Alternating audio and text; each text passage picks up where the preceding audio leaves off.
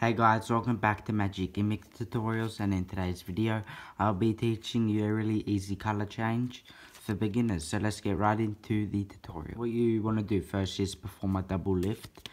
You can do this by riffling down the deck until you have 2 cards and then flipping them over as 1. Alright, so once you've done that, what you want to do is you want to learn the palming pose, which is this, essentially this, where you palm the card like this.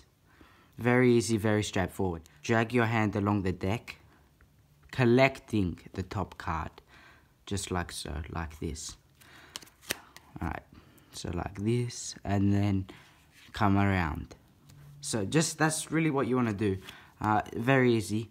You just want to make sure that the palm isn't, like this or anything showing the card, because that'll ruin the trick.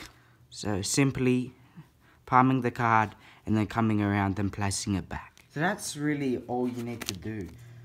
Yeah, that's all I need to say. Alright, thank you guys for watching. Don't forget to comment, like and subscribe. And yeah, peace.